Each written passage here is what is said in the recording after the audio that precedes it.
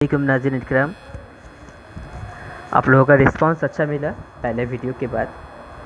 तो अब मेरा जो ज़िम्मेदारी है आप लोगों को पार्ट बाय पार्ट सारे इल्म सिखा देना। तो ज़िम्मेदारी के साथ ये दूसरा वीडियो अपलोड करने जा रहा हूँ।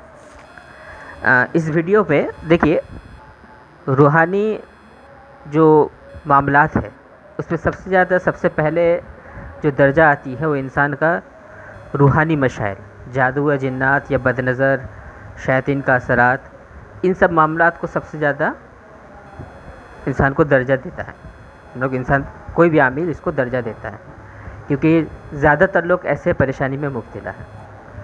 तो इंसान को क्या परेशानी है ये अगर किसी आमिल से पूछना जाए तो इस्तिखारा का वो चार्ज लेगा, या फिर हो सकता है वो आमिल ना हो, आपको झूठ बोल दे कि आपका ऐसा मसला है। तो आप खुद भी तशख़ीस कर सकते हैं कि आपके ऊपर अगर कोई जादू है या कोई जिन्नात है कि शैतान के असरात है। ये सब चीज़ें आप खुद भी तशख़ीस कर सकते हैं। तो इसे तशख़ीस करने का, इसको आइडेंटिफ़ाई करने का मैं आज को अमल सिखाऊंगा। साथ में आपको मैं, अगर आपके घर पे कुछ असरात है, घर पे अगर जादू है कि जिन्नात है कि शैतान का असरात है, उसको भी चेक करने का तरीका मैं आपको सिखा दूँगा। कंप्लीट पूरा तशख़ीस करने का। तशख़ीस का मतलब होता है आइडेंटिफिकेशन, किसी चीज़ को आइडेंटिफाई करना कि उसको कौन सा रूहानी मर्ज लगा है या उस घर पे कौन सा रूहानी मसला पेश आ रहा है। ठीक है, इसको जांच करना, इसको जांच करने का सीखने का जो तरीका है जितना हो सके मैं आप लोगों को इस वीडियो के जरिए से सिखा दूँगा। उसके बाद जादू या जिन्नात का कंप्लीट इलाज के ऊपर 2 वीडियो आएगा। बाकी दीगर जो अमलियात हैं इंशाल्लाह मैं पोस्ट करता रहूँगा। साथ में ज़कात, नफ्स की ज़कात, हुरूफ की ज़कात का तरीका भी मैं सिखाता रहूँगा। तो बहरहाल सबसे पहले चलते हैं तशख़ीस कैसे किया जा सकता है।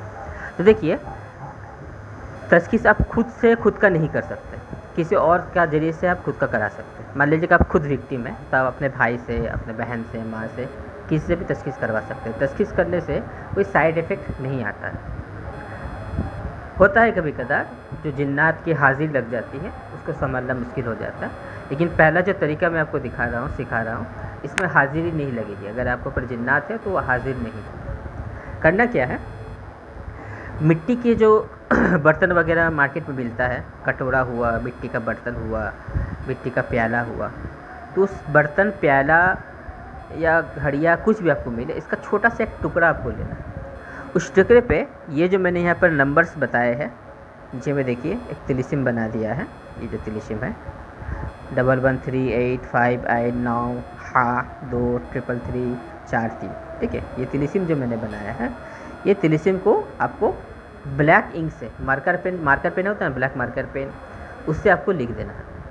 अगर आप मिट्टी का बर्तन नहीं चाहते, आप कच्चा मिट्टी जो मिलता है पेड़ वगैरह के नीचे में, जो मिट्टी होती है जिसमें पेड़ उगता है, उस मिट्टी को सुखा के भी थोड़ा लंबा ऐसा एक प्लेट जैसा बना दिए, इस टाइप का कुछ प्लेट वगैरह जैसा बना दिए, ठीक है। ऐसा लंबा साइज का कोई प्लेट वगैरह बना के सुखा के उस पर भी इस पर अप्लाई कर सकते हैं। या तो फिर आप जो मिट्टी का बर्तन वगैरह बनाता है उनको आप बोल दीजिए, अगर आप बराबर रूहानी इलाज करते हो, आपके घर में आपका आस्थाना है, तो इस तरह का छोटा छोटा प्लेट, मोटा मोटी ये लिखा आ जाए इतना साइज का, आप 100-150 प्लेट बना के रख दो, 2 रुपये 5 रुपये पीस में आपको प्लेट आपको बेच के दे देगा। ठीक है, बहुत सारा ऑप्शन है। मोटा मोटी वो मिट्टी का सामान होना चाहिए और कोई और सामान में अप्लाई नहीं कर सकेगा। और क्या होना चाहिए, एक ब्लैक मार्कर पेन होना चाहिए। ब्लैक मार्कर पेन से ये टोटल तिलिस्म को आपको लिख देना है। लिख करके इसमें थोड़ा सा अगरबत्ती का धुनिया दे दीजिए, आपका तिलिस्म रेडी है। अब जो मरीज़ है जिसको आपको तशख़ीस करना है, आइडेंटिफाई करना है, उसके सर के ऊपर से 7 बार इस तिलिस्म वाला जो मिट्टी में आप जो तिलिस्म लिखे, इस मिट्टी का ये टुकड़ा को 7 बार फेरें। ठीक है, ये जो मरीज जैसा बैठ करके है, इसके सर का पास से आपको ऐसे 7 बार राउंड में आपको फेरा लेना है। लेने के बाद घर पे स्टोव है, गैस है, ठीक है, कोई भी आग जहाँ पर जल रहा हो, इस आग के अंदर इस प्लेट को आप डाल दीजिए 7 बार फेरने के बाद। ठीक है, अब आएगा आइडेंटिफिकेशन का तरीका। अगर ये हुरूफ वाइट कलर का हो जाए, ठीक है, ब्लैक मार्कर से लिखे ना, अगर हुरूफ का कलर चेंज होकर के वाइट हो जाए, सफ़ेद हो जाए, तो आप समझ लेना उस पर जादू किया गया है, ब्लैक मैजिक है। ठीक है। नंबर 2, अगर रेड कलर का हो जाए, ये जो ब्लैक कलर का आप जो लिखे, आग में डालने के बाद इसका कलर चेंज हो जाएगा। अगर रेड कलर का हो जाए तो उसको शैतान का असरात, शैतान का असरात है, चुड़ैल का असरात है, ठीक है, खबीस का असरात है, ठीक है। मैं शॉर्ट में शैतान लिख देता हूँ ताकि आपको समझ में आए, शैतान का असरात है। और अगर लिखाई गायब हो जाए, ठीक है, गायब हो जाए, लिखाई मिट जाए, कुछ लिखाई नज़र ना आए, तो आप समझ लेना उस पर जिन्नात का असर आता है। 3 सिम्टम हो गए। और लिखाई ब्लैक का ब्लैक ही रह गया तो समझ लीजिए उसको कोई अमराज नहीं है, जिस्मानी अमराज है। हो सकता है बदनज़र वगैरह लगा होगा, तो बदनज़र का कुछ खास साइड इफ़ेक्ट होता भी नहीं है, तो नॉर्मल जिस्मानी अमराज है, ये आइडेंटिफाई हो जाएगा। तो 3 चेंजेस आ सकते हैं अगर रूहानी अमराज है तो, एक वाइट हो सकता है, दूसरा रेड हो सकता है, तीसरा लिखाई गायब हो सकता है। तो तीनों का आइडेंटिफिकेशन मैं यहाँ पर लिख चुका हूँ। ये एक तरीका है, बहुत आसान तरीका है। इसमें मरीज़ पे जिन्नात अगर है वो हाजिर भी नहीं होगा और आपके सामने दूध का दूध पानी का पानी हो जाएगा मरीज़ पे क्या मसला है। इसके बाद आप इसका रूहानी इलाज करो, मतलब खुशी खुशी इलाज करो, कोई हर्ज नहीं, ठीक है। अच्छा, दूसरा भी एक तरीका है, अगर आप ये चाहो कि नहीं मुझे इसमें मेहनत ज़्यादा पड़ जा रहा है मिट्टी वगैरह करने के लिए, ठीक है, आप चाह रहे हो कि आप घर बैठे ही उसको तशख़ीस कर सको, तो इसमें क्या होगा, उस पर हाजिरी होने का चांसेस है, लेकिन वो तरीका भी मैं आपको सिखा दे रहा हूँ। आप क्या क्या करोगे, 1 गिलास पानी लोगे, ठीक है, कांच का गिलास हो, स्टील का गिलास हो, मिट्टी का गिलास हो, कोई फ़र्क नहीं पड़ता, गिलास होना चाहिए और पानी पीने लायक पाक साफ होना चाहिए, गंदा पानी नहीं होना चाहिए, ठीक है। लेने के बाद इसका मुंह को आप अपने हाथ के हथेली से कवर कर दो, ठीक है, यहाँ पर आप आपका हथेली रख दो, आपका हथेली से कवर कर दो। कवर करने के बाद मरीज़ को सामने बैठाओ और 21 दफ़ा दुरूद इब्राहिम पढ़ो, 21 टाइम्स दुरूद इब्राहिम,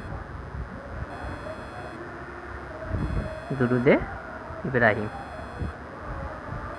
पढ़ो। पढ़ के पानी पे दम करो, हथेली हटाओ, पानी पे दम करो और साथ साथ मरीज़ को बोलो ये पानी पी लेने के लिए। पानी पीने के बाद तुरंत बोलो अपनी आंखें बंद करके थोड़ा सा बैठ जाए, थोड़ी देर के लिए आँख बंद करके बैठ जाए। अगर मरीज़ को पानी का टेस्ट चेंज लगे, पानी का टेस्ट, पानी का कोई टेस्ट नहीं होता है, उसको खट्टा मीठा झाल कुछ भी लग सकता है, पानी में अगर कोई टेस्ट महसूस हो, नॉर्मल पानी का तो कोई टेस्ट होता नहीं है, अगर पानी में कोई टेस्ट महसूस होता है पीने के बाद, तो समझ लेना मरीज़ पे जादू किया गया। और अगर मरीज़ का बदन भारी हो रहा है, सर घूम रहा है, बदन हाथ में दर्द स्टार्ट हो गया है, ठीक है, ये सिम्टम अगर नज़र आए तो समझ लेना मरीज़ पे किसी असेब जिन्नात शैतान का असरात है। बाज़ दफ़ा ये चीज़ कभी कभी हाज़िरी भी हो जाती है इसको दम करने के बाद, तो ये थोड़ा सा टफ प्रोसेस है, लेकिन हाज़िरी हो भी जाए तो आप मतलब कंट्रोल नहीं कर पाओगे, तो इस हालत में आप अज़ान ज़ोर से 3 दफ़ा दे देना, अज़ान होता है ना जो मस्जिद में अज़ान देते हैं, तो जो कुछ भी हाजिर होगा वो साथ साथ भाग जाएगा, टेंशन लेने की ज़रूरत नहीं है, ठीक है। तो ये 2 चीज़ सिर्फ बता सकता है, एक जादू या जिन है या नहीं टेस्ट और बाकी जो अलामत मैंने भी बताया।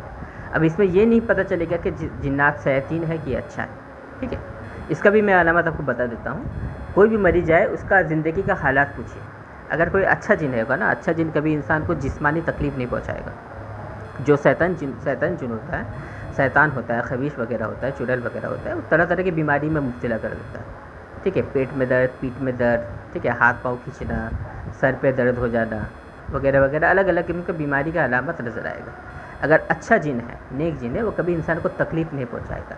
हाँ, ऐसा हो सकता है उसका कामकाज में रुकावट हो रहा हो, ठीक है, उसको किसी किसी का मसले पेश आता हो, या जिन्नात को नाराज़ कर चुका हो, किसी वजह से जिन्नात को तकलीफ़ पहुँचा हो, जिन्नात उससे हावी हो गया, लेकिन नेक जिन है, तो नेक जिन जिस्मानी तकलीफ़ नहीं पहुँचाता, तो उससे बातचीत कर लेना कि उसका क्या मसले पेश आ रहा है। अगर वो बता रहे हैं कि ऐसा ऐसा जिस्मानी हमको बीमारी लगा हुआ है, और आप टेस्ट करके देखें कि उसका बदन भारी हो रहा है पानी पिलाने के बाद, सर भारी हो रहा है, सर घूम रहा है, ठीक है, या सर में दर्द पकड़ना स्टार्ट हो गया, तो आप समझ लेना वो शैतान है, ठीक है। बहुत आसान तरीका है किसी भी मरीज़ को तशख़ीस करने का। इसके लिए आपको आमिलों के चक्कर लगाने की ज़रूरत नहीं पड़ेगा, आप खुद तशख़ीस कर सकते हो, और तशख़ीस करने के बाद आराम से पता कर सकते हो किस पे क्या मसला है। अब आते हैं घरेलू इलाज के ऊपर, घरेलू मसाइल के ऊपर, ठीक है, ये भी एक इम्पॉर्टेंट चीज़ है। आपके घर पे क्या है, असेब है, ये जिन्नाती मामलात है, या किसी ने जादू किया है, ये कैसे पता हम लगा सकते हैं, ये चीज़ को हम लोग देखते हैं पहले, ठीक है। अब क्या करोगे, घर पे हर रोज़ तो झाड़ू लगाया जाता है, तो झाड़ू लगाने के बाद जो धूल सुबह के वक्त जो हम लोग घर को साफ़ करते हैं, रात को सोने के बाद सुबह जो उठते हैं हर कोई घर झाड़ू लगाता है, तो झाड़ू लगाने के बाद जो धूल इकट्ठा होगा घर का, उस तमाम धूल को आप एक जगह ले लो, एक कटोरा में ले लो, ठीक है, ये एक प्लास्टिक के अंदर ले लो। लेने के बाद या हाथ पे ले लो, जैसे आपका मर्जी। लेने के बाद उस धूल पे 7 दफ़ा आयतुल कुर्सी पढ़ना है। यहाँ पर आयतुल कुर्सी मैंने दे दिया है। आयतुल कुर्सी तो छोटा बच्चा भी जानता है किसे कहते हैं। और 7 दफ़ा आयत करीमा ला हौला वला कुव्वत इल्ला बिल्लाहिल अलिय्यिल अज़ीम, ला हौला वला कुव्वत इल्ला बिल्लाहिल अलिय्यिल अज़ीम 7 दफ़ा आपको पढ़ के दम करना। आयतुल कुर्सी नहीं पढ़ रहा हूँ क्योंकि वीडियो थोड़ा लंबा हो जाएगा, काफ़ी बड़ी आयत है, आपको मालूम है। और हर मुसलमान पे आयतुल कुर्सी याद करना फ़र्ज़ है, क्योंकि हर नमाज के बाद आयतुल कुर्सी पढ़ी जाती है। बहरहाल मैं ज़्यादा लंबा नहीं खींचूँगा। एक चीज़ याद रखिएगा, जब आप आयत करीमा पढ़ रहे हो या कोई दुआ पढ़ रहे हो, आपका तलफ़ुज़ सही होना चाहिए। आपकी गलत तलफ़ुज़ की वजह से आपके ज़्यादातर अमलियात बेकार हो जाएंगे, आपका अमल में असर पैदा नहीं होगा, आप अमल को जांच नहीं कर पाओगे। दूसरी एक बात, अगर कोई रूहानी मरज में शिकार है, किसी पर जादू या जिन्नात उस पर खुद किया गया है, तो वो ऐसा तस्कीस घर का नहीं कर सकता, उसको रिज़ल्ट नहीं मिलेगा। कोई और इंसान करे जिस पे ऐसा कोई मसला पेश नहीं है। घर पे है कोई दिक्कत नहीं है, हो सकता है घर में 4 मेंबर है, एक मेंबर जो जादू किया गया उसके घर पे भी जादू किया गया, ठीक है। तो जो मेंबर रूहानी मसले से आज़ाद है वो इसको चेक कर सकते हैं। तो घर का धूल ले लिया, धूल के ऊपर 7 दफ़ा आयतुल कुर्सी, 7 दफ़ा आयत करीमा ला हौला वला कुव्वत इल्ला बिल्लाहिल अलिय्यिल अज़ीम को दम कर दिया। दम करने के बाद थोड़ा देरी मिट्टी को रखिए, थोड़ा देरी 1 से 2 मिनट के बाद, उसके बाद उसको सुनिए, ठीक है। उसका खुशबू लीजिए, धूल का कोई खुशबू नहीं होता है, धूल का कोई बदबू नहीं होता है, ये सबको पता है, ठीक है। ये कॉमन सी बात है। मिट्टी जैसे पानी का कोई टेस्ट नहीं होता, धूल का भी कोई बदबू या खुशबू नहीं होती। अगर उस धूल से आपको मछली का बदबू आता है, मछली का बदबू आता है, तो समझ लेना आपके घर पे शैतान, खबीस, चुड़ैल ऐसी बुरी चीज़ों का असरात मौजूद है। अगर उसमें से कोयले की खुशबू आती है, कोयले की खुशबू होती है ना, सुंदर सुंदर टाइप का, ठीक है, जला हुआ कोयला भी हो सकता है, जला हुआ कोयला की भी खुशबू आ सकता है। अगर कोयले की खुशबू आती है तो समझ लेना आपके घर पे जिन्नात का बसेरा है। और अगर गोश्त की खुशबू आती है, बीफ भी हो सकता है, चिकन भी हो सकता है, ऐसा कोई बात नहीं है, गोश्त की एक खुशबू होती है, गोश्त की अगर खुशबू आती है तो समझ लेना आपके घर पर जादू किया गया है। और अगर बाई चांस अच्छी खुशबू आना स्टार्ट हो जाए, इतर वगैरह, तो समझ लेना आपके घर में किसी नेक बुज़ुर्ग, नेक जिन्नात, नेक आमिल जिन्नात का बसेरा है। अगर आपको कोई तकलीफ़ हो रही है तो आप समझ लीजिए आपको वो पसंद नहीं करे, आपके घर में इबादत कम होता होगा, ठीक है, आपके घर में लड़ाई झगड़े बहुत होते होंगे, गाली गलौज बहुत होता होगा, तो ऐसे हालत में नेक चीज़ जो है उनको अच्छा नहीं लगता। तो ऐसे हालत में भी बहुत से लोगों को तकलीफ़ हो जाती है। तो नेक चीज़ को आप खुश रखिए, घर में इबादत कीजिए, ज़िक्र कुरान कीजिए, आपको घर में बरकत हो। अगर इतर की खुशबू आई तो समझ लें नेक चीज़ का असर आता है। नेक चीज़ नुकसान नहीं करता, नुकसान तब करता है जब आप घर के माहौल को शैतानी माहौल बनाओगे, गाली गलौज करोगे, ठीक है, शराबखोरी करोगे, चिल्ला चिल्ली करोगे, झगड़ा करोगे। ऐसे माहौल में नेक चीज़ अगर घर पे है तो आपको नुकसान पहुंचा देगा, उसकी हाई बददुआ लग जाती है। तो ये 3 अलामत मैंने बता दी है, ठीक है। मैं स्क्रीन पे लिख भी देता हूँ। अगर फ़िश, मछली की बदबू आती है तो आपको समझ लेना है आपके घर पे शैतानी चीज़ का असरात है। अगर कोयला का बदबू आता है तो आपको समझ लेना आपके घर में जिन्नात का बसेरा है, जिन्नात का असरात है। और अगर गोश्त की खुशबू आती है तो आप समझ लेना आपके घर पे जादू किया गया। कितना आसान तरीका है, तशख़ीस कर लिया। अब आप अपने घर पे इलाज कर सकते हैं। इलाज पे अलग से वीडियो बनाऊंगा, ठीक है, क्योंकि एक वीडियो पे सारे चीज़ सिखाना पॉसिबल नहीं होता है, ठीक है। तो ये है तशख़ीस का पूरा तरीका। आप अपना खुद का तशख़ीस भी कर सकते हो, आप अपना घर का भी तशख़ीस कर सकते हो, दोनों तरीके मैंने सिखाए। अब ये सारी चीज़ें आपको कॉपी करने की ज़रूरत नहीं है। मैंने डिस्क्रिप्शन बॉक्स पे अपना टेलीग्राम चैनल का लिंक दे दिया। यहाँ पर जो भी वीडियो में मैं तावीज़ या तिलिस्म डालूँगा, फ़ोटो डालूँगा, वो सारे फ़ोटो आपको यहाँ से स्क्रीनशॉट लेने की ज़रूरत नहीं। स्क्रीनशॉट में कभी कभी ना हेज़ी हो जाता है, तो आपको समझ में नहीं आता है कौन सा हुरूफ मिट गया या कुछ हो गया, या आयत करीमा को कॉपी करते हुए स्क्रीनशॉट सही से नहीं आता है। तो मैंने टेलीग्राम चैनल बना दिया, वहाँ पर मैंने सारे कुछ को अपलोड कर देना, जो भी इमेजेस मैं डालूँगा वीडियो में सारे वहाँ पर आपको मिल जाएगा, डायरेक्ट आप वहाँ से ले सकते हो, कोई हर्ज नहीं। दूसरी बात, टेलीग्राम उस चैनल पे और भी बहुत सारी सितारों के वक्त जो करीब आएगा जिस पे अमलियात किए जाते हैं, वो सारी चीज़ें मैं अपलोड कर दूँगा, ठीक है। ये आप लोगों को आसानी के लिए वो चैनल बनाए हैं, डिस्क्रिप्शन बॉक्स में है, आप टेलीग्राम जिसका आईडी है वो टेलीग्राम से उस चैनल को ज्वाइन कर लीजिए, आप लोग भला के लिए वो चैनल बनाइए, ठीक है। तो ये था तस्कीस का मुकम्मल एक कंप्लीट वीडियो। उम्मीद करता हूँ आपको अच्छा लगा होगा। तो इस वीडियो को शेयर कीजिए, थोड़ा सा लाइक कीजिए और इस पे अमल कीजिए। और अगर कोई आपको दिक्कत आ रही है तो कमेंट पे पूछिए या मुझे मेल कीजिए, यहाँ पर कॉन्टैक्ट मैंने दे दिया है, amelwasim@gmail.com, उस साथ का ही आईडी है। तो इस आईडी पे मेल कीजिएगा, इंशाल्लाह मैं आपको जितना हो सके रहबरी करूँगा। तब तक के लिए जज़ाकल्लाहु खैरन।